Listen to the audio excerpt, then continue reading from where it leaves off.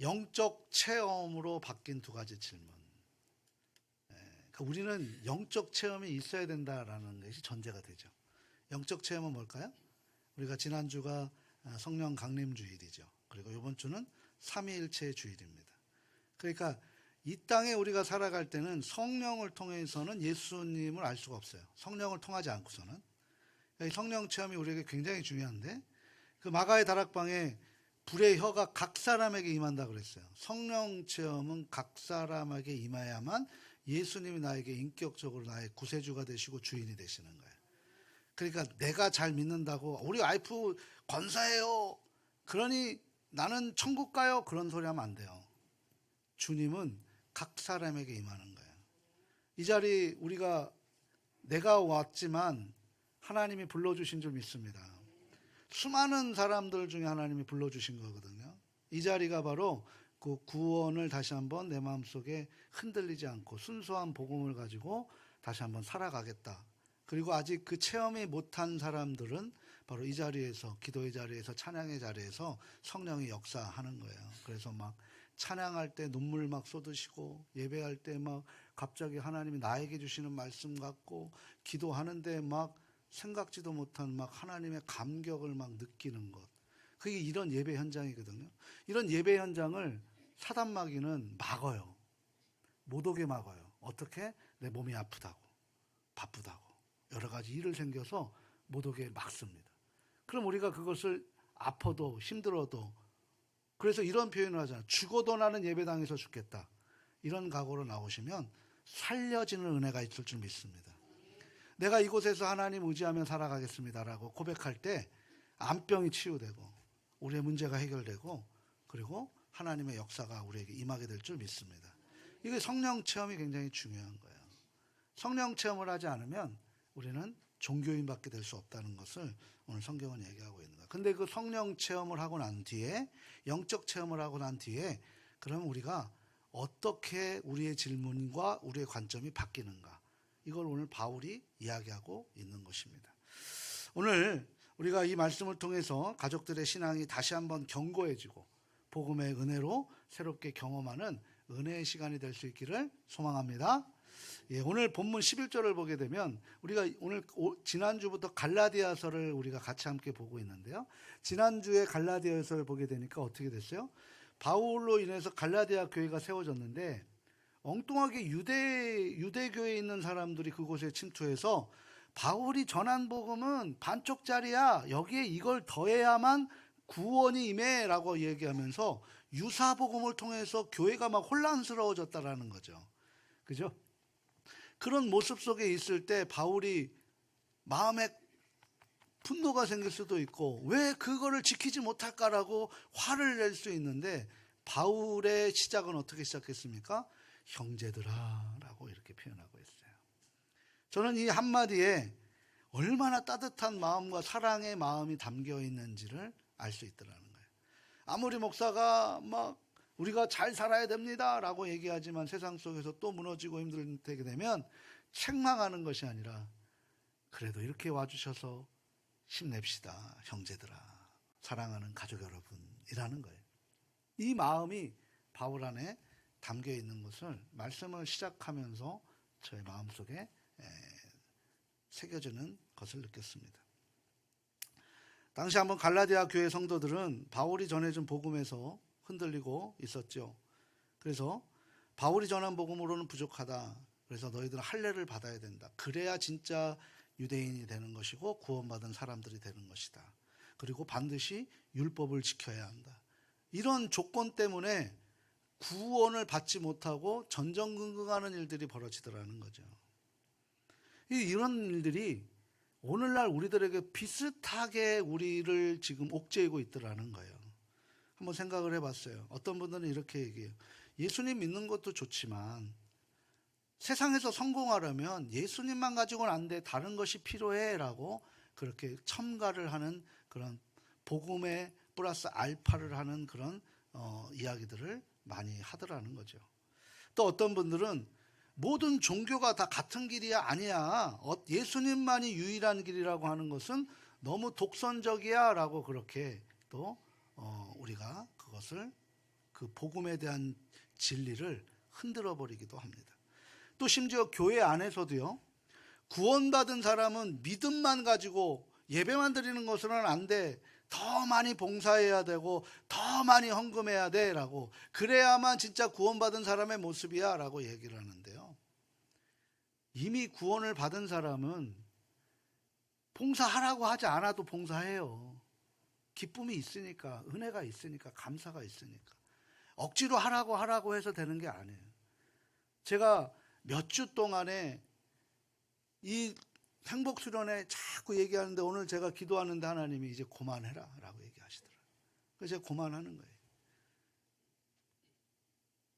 네가 그렇게 모은다고 해서 사람들이 모아지는 게 아니야 라는 것을 기도 중에 제가 순간적으로 받았어요. 그래서 오늘도 내가 막 한 5분 가까이 제가 이 수련회를 위해서 막 하자고 홍보하려고 그런 마음으로 올라왔는데, 하지 마라 하는 거죠. 하나님이 하시겠다. 저는 그것을 이제 맡기는 거예요. 저는 맡기는 기도를 많이 하거든요. 하나님, 나 할 수 없어요. 맡기는 거예요. 저는 그런 체험을 많이 했으니까.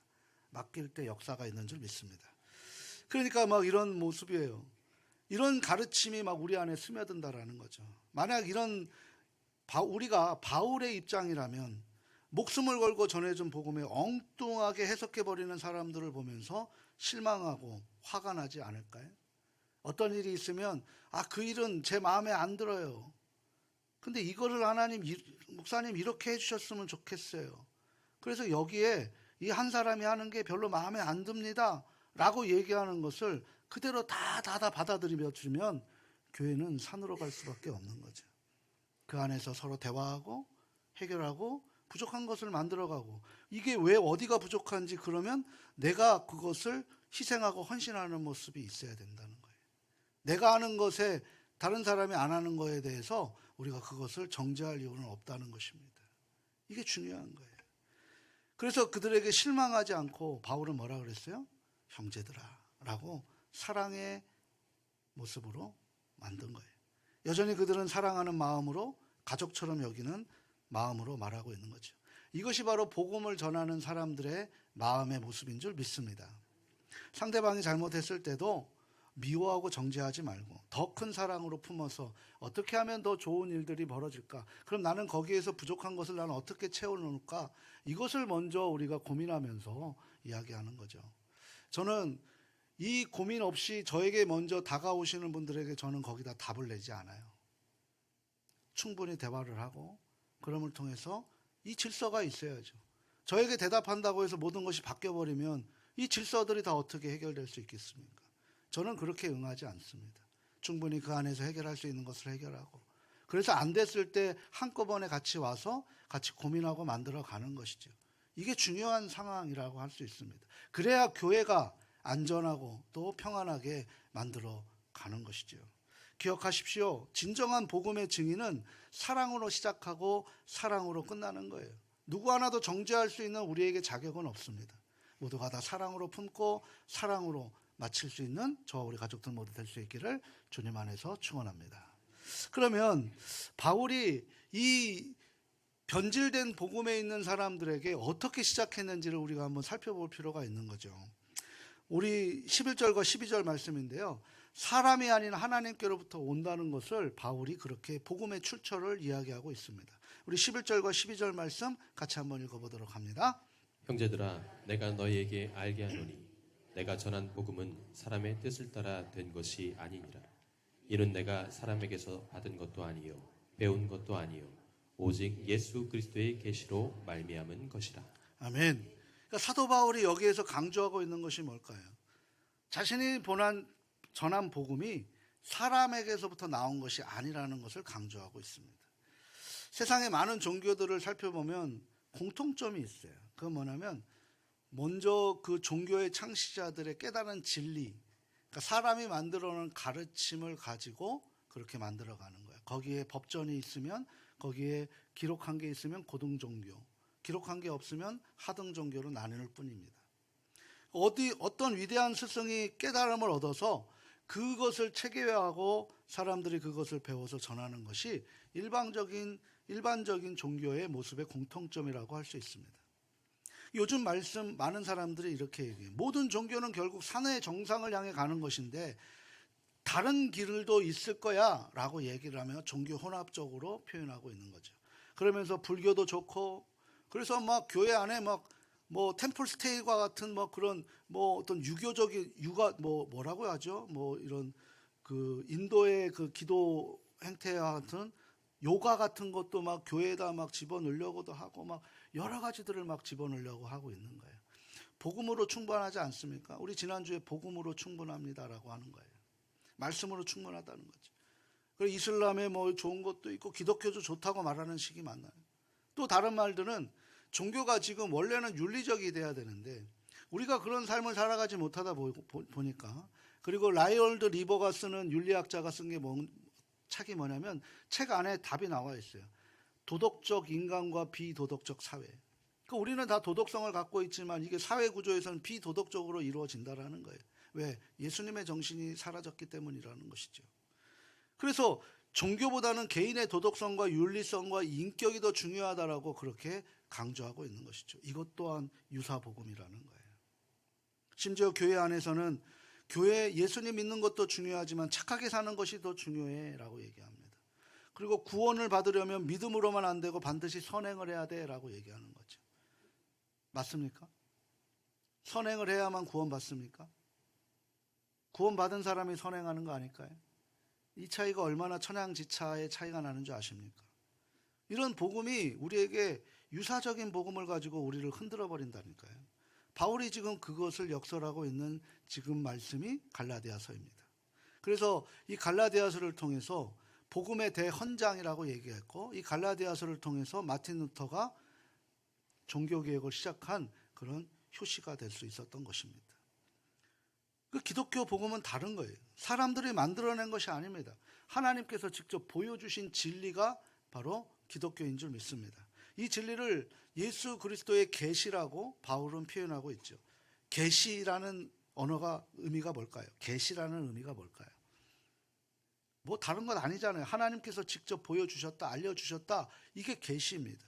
쉽게 얘기해서 커튼이 젖혀져 있는 것이 숨겨져 있는 것처럼 보이지만 그 커튼을 열어서 진리를 환하게 보여주고 있었다는 거예요. 우리 예수님께서 십자가에 죽으셨을 때 그 하나님의 임재라고만 있었던, 그래서 대제사장만 1년에 한 번 정도 들어가는 그런 지성소와 그리고 예배드리는 성소의 그 휘장이 위에서 아래로 찢어져 버렸잖아요. 그리고 나서 하나님께서 우리에게 우리의 마음이 이런 것이다라고 예수 그리스도의 십자가의 희생을 통해서 우리에게 보여주신 것이죠. 이게 복음의 진수입니다. 그 계시라는 것은 바로 하나님께서 하나님의 마음을 우리에게 보여주시는 거예요. 그 보여주심을 통해서 하나님의 마음을 알아가는 게 계시인 것이죠. 그 계시에 집대성한 것이 하나님의 말씀인 줄 믿습니다. 이것이 기독교와 다른 종교의 결정적인 차이점이라고 할 수 있습니다. 우리가 믿는 복음은 사람의 생각이나 철학을 가지고 있는 것이 아니라 하나님께서 주신 진리라는 것을 우리가 깨달아야 된다는 것이죠. 핵심은 이런 거예요. 모든 인간이 하나님을 찾아가는 길이지만, 모든 종교는 인간이 하나님을 찾아가는 길이지만, 기독교의 복음은 하나님께서 인간을 찾아오신 놀라운 역사적 사건인 줄 믿으시길 바랍니다. 이것이 세상 종교와 다른 기독교인 거예요.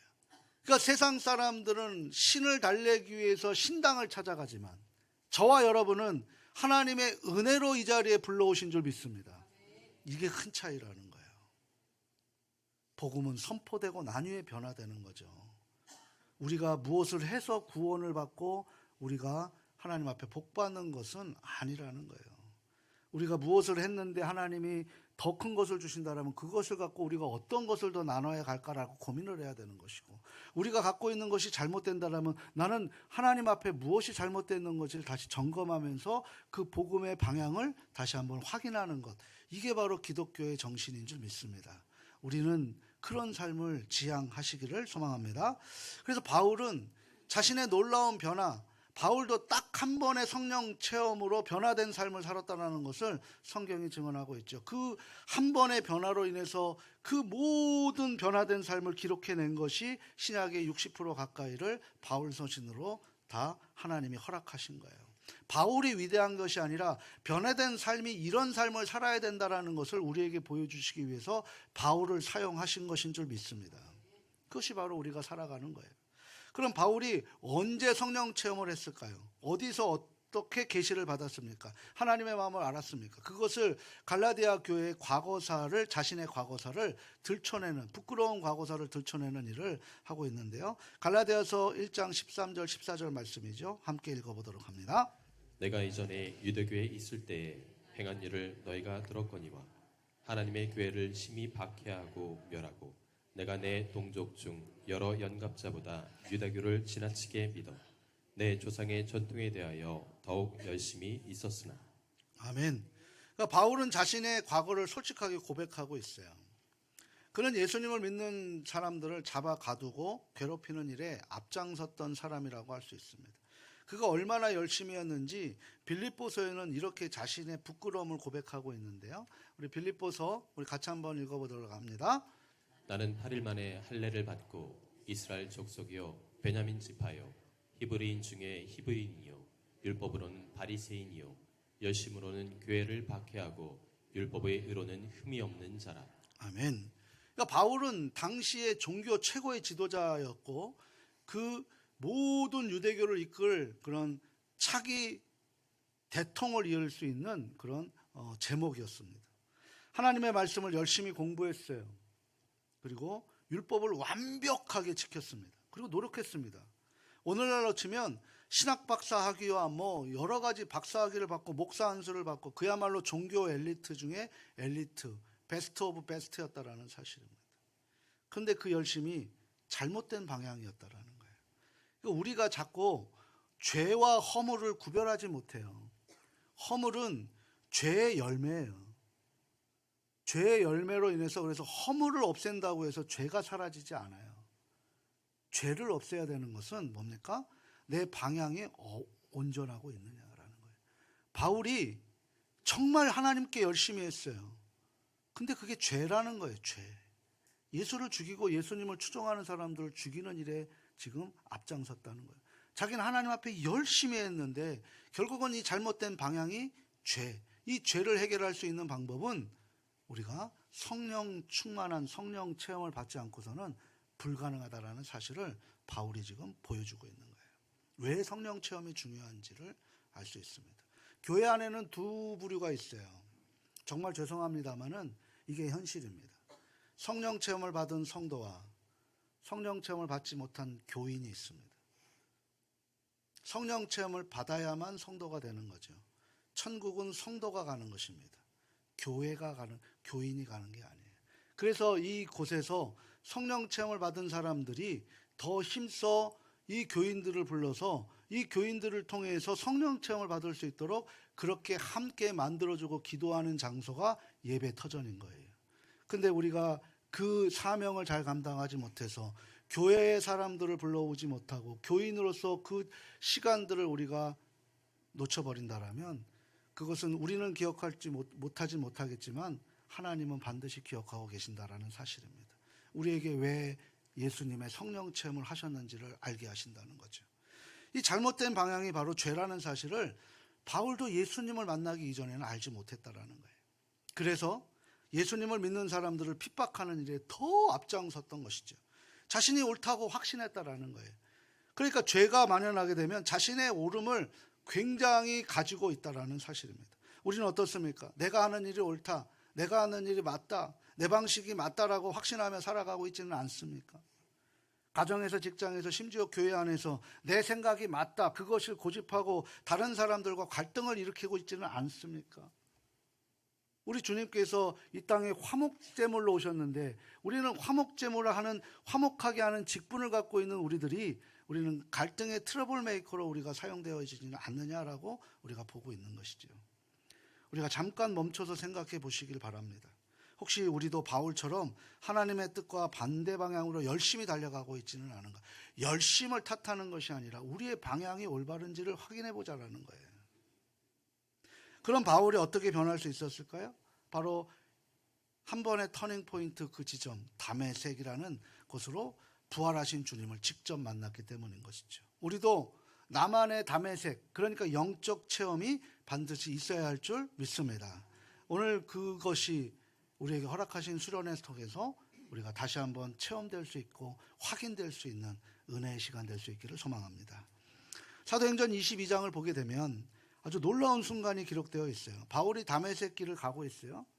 그 길은 어떤 길입니까? 예수를 믿는 사람들을 다 죽여버리겠다라고 씩씩거리고 가고 있는 상황입니다. 하나님, 이렇게 가면 하나님 기뻐하시겠죠? 내가 다 몰살시키겠습니다라고 씩씩거리고 갈 때 하늘에서 큰 빛이 이루어졌어요.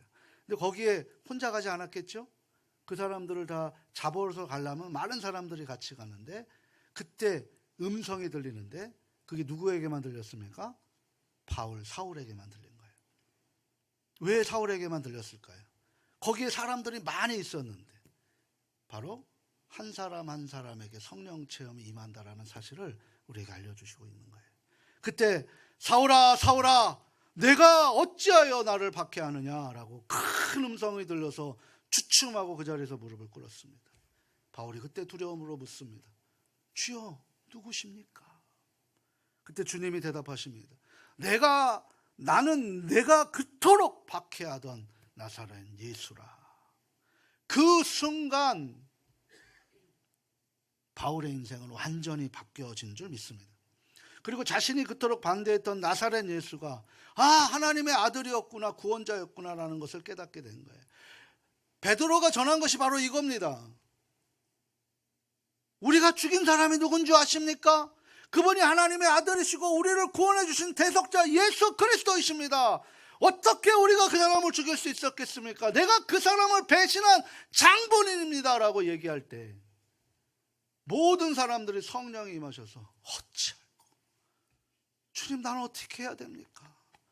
그것을 용서해 주시고 거듭나서 그들이 생명을 걸고 복음을 증거하는 일에 나가 어떤 상황이 되든 내 상황이 어떻게 전락이 되든 내가 뭐가 힘들고 아파도 내가 그 주님 받들고 그 주님 붙들고 내가 살아가겠습니다라고 그렇게 변화된 모습으로 지금 이런 영적 체험이 우리에게 있어야 된다라는 사실입니다. 열심히 중요한 게 아니라 내가 얼마나 나에게 다메섹이 있었는가, 이것을 우리가 확인해야 되는 거죠.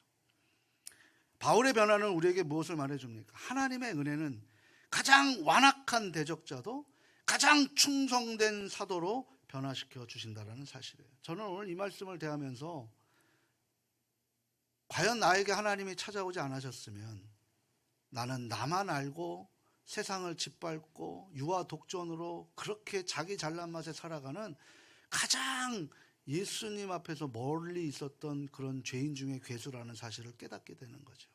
그러면서 하나님 감사합니다. 내가 지금 이 자리에서 이 시간에 하나님 앞에 하나님의 말씀을 대언하며 이 자리에 서 있습니다.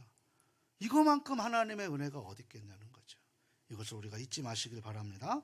그래서 성령 체험을 한 이후에 우리에게 주시는 두 가지 질문, 바울이 했던 그 두 가지 질문이 우리에게도 두 가지로 임할 수 있기를 바랍니다.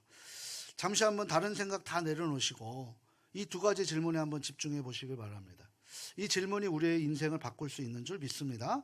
그럼 첫 번째 질문이 뭘까요? 주여 누구십니까? 입니다. 이것은 예수님의 정체성, 누구신지에 대한 물음입니다.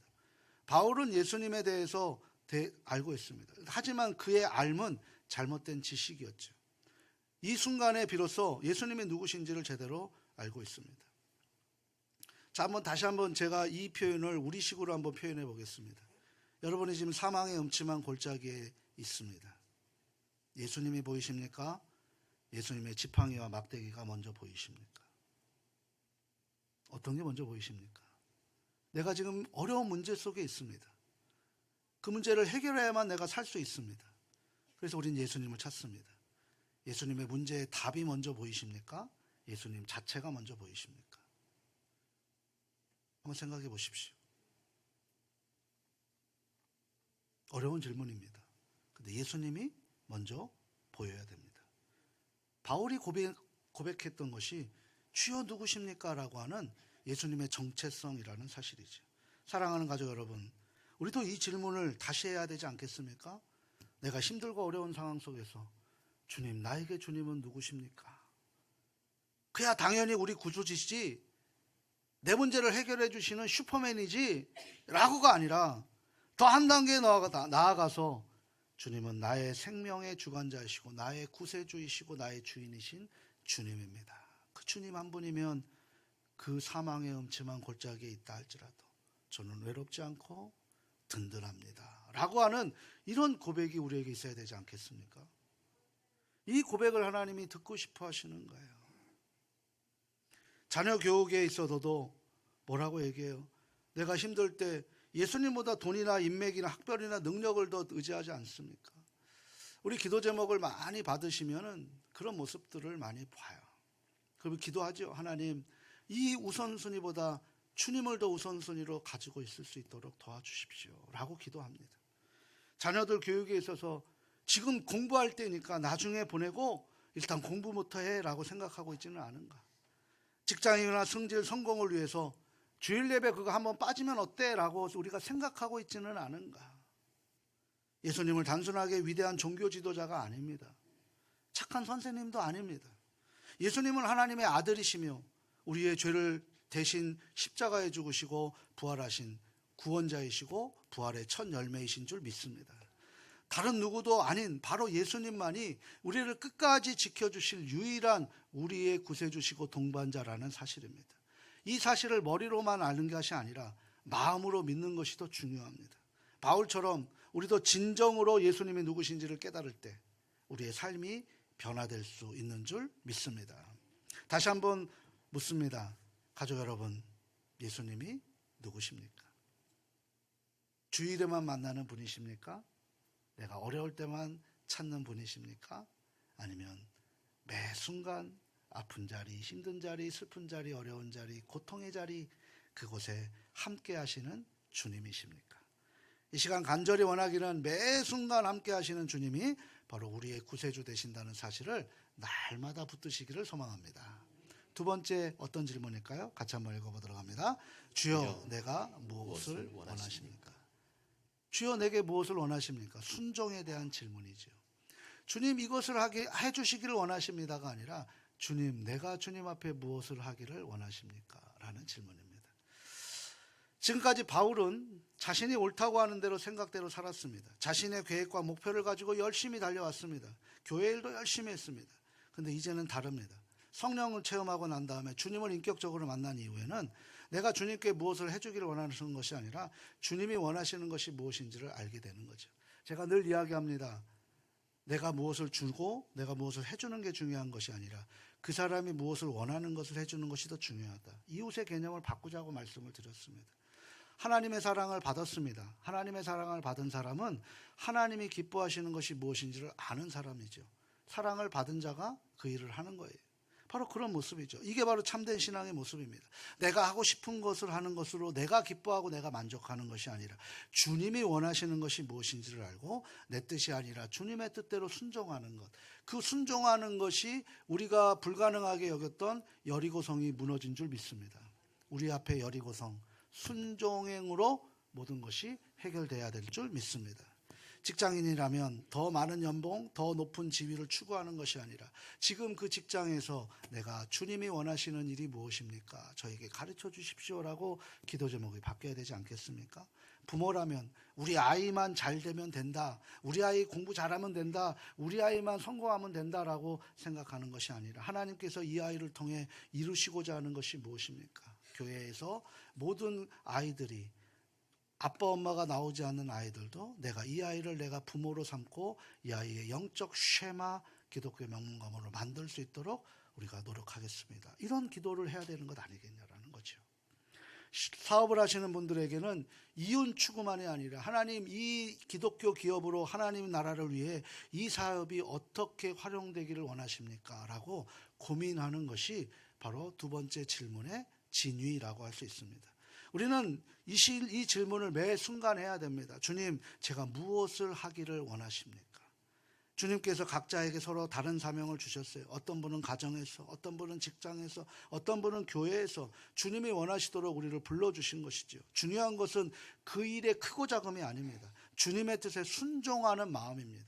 우리가 다시 한번 기억하시길 바랍니다. 하나님의 능력을 보고 부르시는 것이 아니라, 우리의 능력을 보고 부르시는 것이 아니라 우리를 순종하는 마음으로 우리를 사용하신다라는 사실인 줄 다시 한번 믿으시길 바랍니다. 그래서 우리는 이 말씀이 적용되어야 됩니다. 다시 순수한 복음으로 앞에 서야 되는 거죠. 그래서 바울이 어떻게 부르심을 받았는지 오늘 본문 15, 16절에서 말씀하고 계시는데요. 같이 한번 읽어보도록 합니다. 그러나 내 어머니의 태로부터 나를 택정하시고 그의 은혜로 나를 부르시니가 그의 아들을 이방에 전하기 위하여 그를 내 속에 나타내시기를 기뻐하셨을 때에 내가 곧 혈육과 의논하지 아니하고. 아멘. 여기 아주 중요한 단어가 나오죠. 은혜로 나를 부르시니가 라는 표현이에요.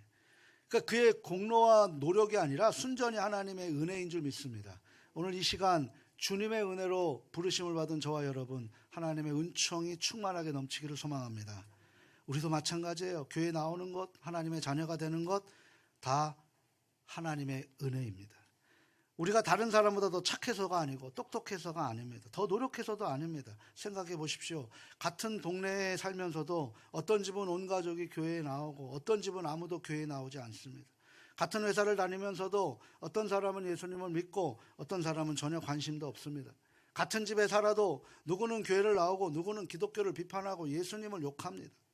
이 차이가 어디서 오는 것입니까? 우리가 더 훌륭해서? 우리가 그 자격이 되어서? 아닙니다. 순전히 하나님의 은혜인 줄 믿습니다. 그래서 구원받은 우리들은 그 은혜를 발견하고 그 은혜를 나타내는 것, 그래서 은혜라는 단어가 헬라어로 카리스라는 거예요. 그래서 우리는 카리스마가 있어야 됩니다. 카리스마라는 건 뭡니까? 은혜를 나타내는 삶인 거예요. 그 은혜를 나타내는 삶의 유사어가 뭡니까? 유카리스. 그래서 감사라는 거예요. 그 감사라는 단어가 바로 유카리스마라고 하는 거죠. 그래서 우리가 카리스마, 유카리스마를 통해서 은혜와 감사를 나타내는 삶으로 우리가 나아가야 될 줄 믿습니다. 그럼 하나님의 은혜를 우리가 깨달으면 어떻게 되는 줄 아세요? 겸손해지는 거예요. 감사하는 것이죠. 그리고 다른 사람에게 은혜를 전하게 되는 것입니다. 갈라디아 교회 성도들은 복음에 흔들렸습니다. 하지만 복음을 포기하지 않았어요. 바울은 그들을 포기하지 않았습니다. 그들을 형제들아 라고 부르면서 다시 복음 안으로 돌아오기를 호소하고 촉구했다라는 거죠. 우리도 마찬가지입니다. 때로는 우리도 복음 안에서 멀어질 수 있습니다. 사회 성공적인 분위기를 휩쓸려서 하나님보다 내 실력이 더, 노력과 실력이 더 중요해라고 생각할 수 있습니다. 상대적 박탈감에 시달리면서 왜 나만 이렇게 힘들까? 교회 안 다니는 사람은 오히려 더 잘 살고 있는데라고 우리가 좌절하고 절망할 수도 있습니다. 종교다원주의적 사고에 물들어서 굳이 예수님만이 유일한 길이라고 고집할 수 있는 젊은 세대들도 많이 있을 수 있습니다. 또 물질주의에 빠져서 믿음보다는 현실이 더 중요해라고 생각할 수도 있습니다. 하지만 우리에게 돌아올 것은 바로 복음, 그 순수한 복음인 줄 믿습니다. 그 복음은 뭘까요? 하나님께서 죄인인 우리를 사랑하여 주셔서 독생자 예수님을 보내주시고 우리를 대신 십자가에 죽으시고 부활하시고 우리를 영원한 생명을 주셨다는 그 기쁜 소식을 오늘 이 자리에서 그것만 알아가고 살아가고 그것을 마음에 품는다라고 하신다면 그것만큼 더 기쁘고 더 행복하고 더 든든한 게 어디 있겠습니까? 오늘 설교의 핵심은 이런 거예요. 복음은 사람이 만든 종교가 아니라 하나님이 주신 은혜로 생성된 기독교인 줄 믿습니다. 그래서 우리는 이 복음 앞에 바울처럼 두 가지 질문을 해야 됩니다. 예수님은 누구십니까? 나의 구주이시고 나의 주님이십니다라는 것을 고백하시길 바랍니다. 주님, 제가 무엇을 해야 합니까? 주님의 뜻에 순종하며 살겠습니다라는 그런 고백이 진실로 다가올 수 있기를 소망합니다. 사랑하고 소중하고 존경하는 가족 여러분, 오늘 이 시간 다시 복음 앞에 서시기를 바랍니다. 하나님의 은혜로 우리를 부르신 그 사랑을 기억하시고 이 성령 체험을 한 이 사람 이후에 우리는 바로 이 두 가지 질문, 주님은 누구십니까? 그리고 주님, 제가 무엇을 해야 합니까? 라는 질문을 통해 더 주님과 깊은 관계를 맺어가시기를 바랍니다. 그리고 마지막으로 이거 하나만 기억하시길 바랍니다. 우리의 과거가 어땠든 지금의 현재의 모습이 어땠든 하나님의 은혜는 우리를 새롭게 만들 수 있는 줄 믿습니다. 바울처럼 말입니다. 그래서 주님께서 우리 모두를 복음의 은혜 안에서 날마다 새롭게 하시고 주님이 기뻐하시는 삶이 이루어질 수 있기를 주님 안에서 축원합니다.